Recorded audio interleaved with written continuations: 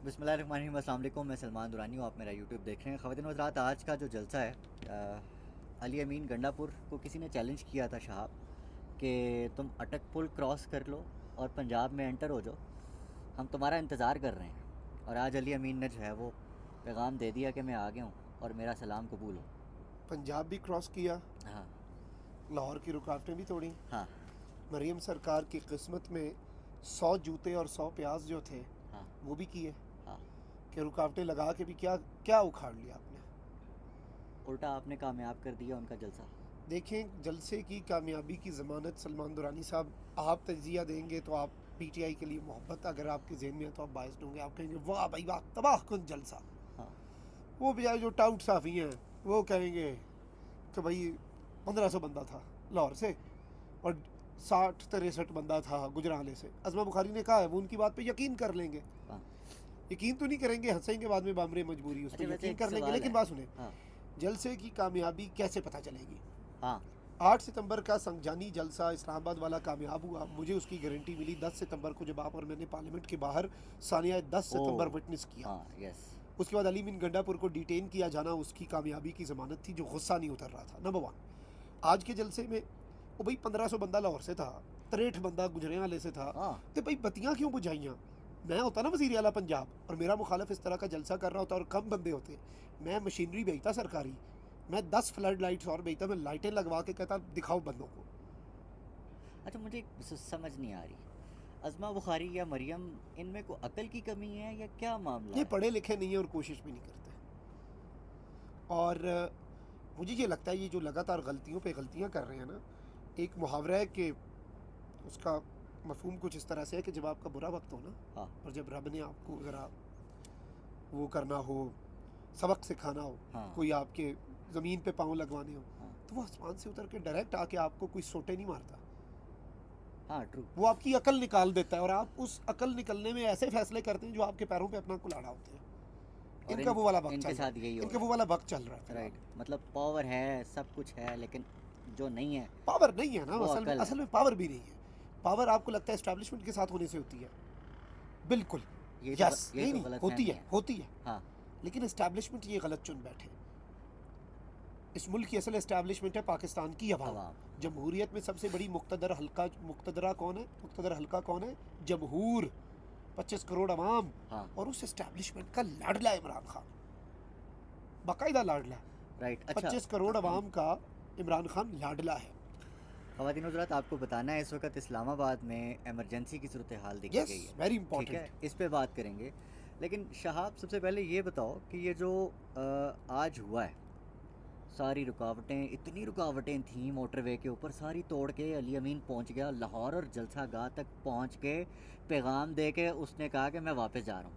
ठीक है। उन्होंने कहा सलाम इश्क अब मेरी जान ज़रा कबूल कर लो। अब अब इससे एक और काम हुआ है। हम्म, इससे ये हुआ है कि जो दूसरी रेजिस्टेंस की ताकतें थी ना, उनके लिए एक रास्ता खुल गया है ट्रू। कि यार, अगर ये हो सकता है और तो अगर ये क्यों नहीं तो हो सकता कि हम बाहर आ और जाएं। अगर तो 9 मई वाले, जिनके वाले से मुक्तदरा कहती है तुन देंगे, ठोक देंगे, ठोक देंगे। जिनके वाले से मुक्तदरा ये कहती है, हाँ। अगर वो पावर शो करके निकल सकते हैं हाँ। तो फिर तो कोई भी निकल सकता है। तेरे खौफ का बुत अब टूट चुका है। हाँ। ये चीज़ें समझने वाली है ना, कुछ चीज़ों का इदराक कर लेना चाहिए बर वक्त, अच्छा, तो वो बेहतर होता है। एक एक चीज़ में अब आपको घन गरज सुनाई दे रही होगी, इस्लामाबाद की तरफ बढ़ते कदम सुनाई दे रहे होंगे, क्योंकि इस वक्त मौलाना फजल रहमान भी रोड पॉलिटिक्स करने के लिए मुकम्मल तौर पे तैयार है। पाकिस्तान तहरीक इंसाफ तो कश्तियाँ जलाकर तैयार बैठे हैं तैयार ना। बैठी है कि यार साडा उनकी पुटना पुट लो। ठीक है। असल बात है वकला की जो तहरीक। काला कोट। हाँ। ये जो शुरू हो चुका है जनाब अली, ये रिवर्स कैसे होगा? ये ये रिवर्सिबल है। और ये जो आपने अभी खबर दी हाँ। कि शहर इक़्तिदार में हलचल है, हाँ, ये भी रात की खबर ये है कि अभी अभी तक। रात की हाँ। खबर है। हाँ। और शहर इक़्तिदार में डी चौक है एक, इतना खौफ। फिर सरीना चौक जो रेड जोन की तरफ जाता है वहाँ पे सील कर दिया गया। ये हाँ। मेरी इत्तलात के मुताबिक मुमकिन वकला तहरीक से बचने के लिए। हाँ। इसका मतलब क्या है? फिर से वही बात जो मैंने कहा था ना, जलसा कामयाब कैसे हुआ, कैसे पता चलेगा, how the system reacts. Reacts. Yes. Yes. तो वकला ने क्या प्लान किया हुआ है, हाँ। ये आप और मुझसे बेहतर मुक्तदरा जानती है ना। तो उनका डर और शहबाज हुकूमत के आसपास एक किला बना के कंटेनर्स का, वो कोशिश इस जानिब इशारा है कि काली आंधी आ रही है, काले कोट का सुनामी आ रहा है। और वो ज़्यादा दूर नहीं है। नहीं, वो बिल्कुल दिल्ली दूर अस्त, अगर किसी ने कहते रहना दिल्ली दूर अस्त, दिल्ली दूर अस्त, तो फौजें तो आपके दरवाजे तक आ जाती इसका होती हैं। मतलब है कि इस्लामाबाद के आसपास ही है कहीं ख़तरा इस्लामाबाद के अंदर पहुंच चुका है। नहीं, वकील जब उठेगा ना, उसका रास्ता रोकना मुश्किल है। ਉਹਨੂੰ कानून दी पढ़ाइयाँ नहीं तुसी पढ़ा सकते।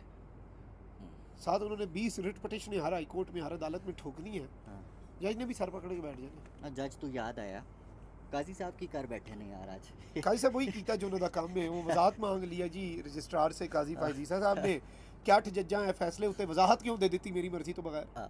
वजाहत दे दी अपने फैसले दी, हाँ। जेड़ा बाकायदा एक तरीका कार है ना। अगर मेरा कोई अदालती फैसला आया, मैं अदालत को कहता हूँ आप इसमें प्लीज़ क्लैरिटी दे दें, इसमें थोड़ा सा अबहम है मेरे नज़दीक, तो वो अदालत क्या करती है, उसमें अदालत नहीं लगती। अदालत ने चूँकि फैसला दे दिया होता है, वो अपने फैसले की क्लैरिफिकेशन, वो सारे जो बेंच के जजेस होते हैं जिनका इत्तफाक होता है, तो 8 जजेस का फैसला था, 8 जजेस का इत्तफाक था, काजी साहब का इख्तलाफी नोट है। इख्तलाफी नोट और जाली नोट बराबर हैं, दोनों का काम कोई नहीं है, बस शोशा ही है। वो शोशा भी कुछ अरसे बाद भूल जाते क्योंकि फैसला अपनी जगह पर रहता है। मुझे लेकिन यूँ लग रहा है कि ये जो रजिस्ट्रार से 9 सवाल पूछे काजी साहब ने ना, ये इसमें मतीउल्लाह जान साहब ने कहा कि ना, how dare the chief justice, तो सीधा ही हो गया। उन्होंने कहा जी ये तो पूरे ये काजी साहब कूड़ेदान सीधे में नहीं जाना हुए। चाहिए।